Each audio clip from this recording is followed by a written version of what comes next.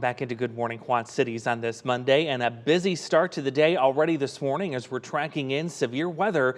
We've got a complex of severe thunderstorms that's been racing across parts of Iowa for much of this morning. It's got a history of producing some sizable wind gusts, including some approaching 65, 70 miles an hour. The only warning we have right now is just to the west of Muscatine, also Tipton. That's a severe thunderstorm warning until 6:45. So you can guess, yeah, these storms are just a little bit away from getting into Muscatine. I think as we get closer to 7 o'clock, we'll see those enter regions getting closer to Muscatine itself. In here to the Quad Cities, I think as we get closer to 7:30. So there you see your estimated time of arrival. Muscatine, we're about a half an hour away from that. Here in the immediate Quad Cities, 68 minutes or so. So just a little bit more than an hour. And about an hour and a half here as we get into Maquoketa and Clinton. So this storm system certainly going to be capable of some damaging wind gusts. And you also notice there is a ton of lightning with this as well.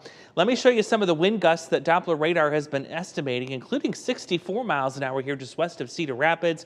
I've seen anything from 50 to 60 miles an hour as you go west of Iowa City. And all of this, of course, moving due east. These storms are also putting down a good downpour as well.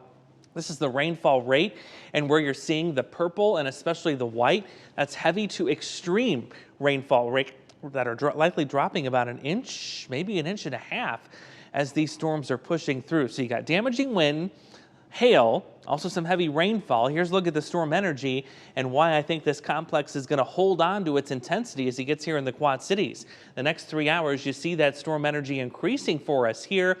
That's all that storm system needs to keep itself going as it enters the Quad Cities. Behind that, not a whole lot going on, but there is a lot of cloud cover. So once we get through this line here this morning, and again, the timing has it after 7 o'clock, about an hour away from us here in the Quad Cities, we'll see a lot of clouds, but that will limit instability for new storm development this afternoon. Here's that severe thunderstorm watch just issued within the last hour. It does include us here in the Quad Cities, essentially I-80 to the north, especially on the Iowa side of the river, and that will go until 11 o'clock. Could that get extended further eastward? We'll see with time if that line can maintain itself as it gets here in the Quad Cities. Wouldn't be surprised if we add this row of counties to the actual watch itself come a little bit later. So stick with us. We'll track that for you. Here's the plan for the next 8 hours. The busiest part of the day in terms of showers and storms, that's this morning. We'll quiet down for the afternoon. There will be a lot of clouds left over, but that will work in our favor because it will limit new storm development and actually push it further to the southeast later this afternoon. So here's the plan for that complex of showers and storms this morning. Our in-house model kind of fizzling it out as it gets closer to us, but I do think it's going to maintain at least some intensity. And then the front will be moving through as we approach 2, 3 o'clock this afternoon.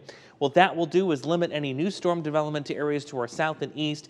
And honestly, I think when we get the 8 o'clock update from the Storm Prediction Center, you're probably going to see that bright red be shifted just a little bit further to the southeast. I don't think many of our hometowns are going to be seeing any new development as we go into the afternoon. That's going to be the plan right now.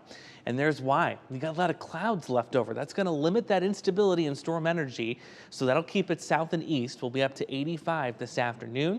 As we go to tonight, clearing skies, actually a little more comfortable as the humidity gets scraped back out of the region. We'll be down to 64. And then tomorrow, mostly sunny skies, little to no humidity, and we'll see high temperatures rebounding back into the mid-80s. We have more heat to go, by the way. The heat dome, that is recharging to the south and west of us. And I think by the end of this week, especially into next weekend, that's going to start its eastward journey. And that means we're going to be sizzling again, especially by the weekend. So we've got storms to track for you this morning. Stick with us as we do that. Also a good idea to download the News 8 app.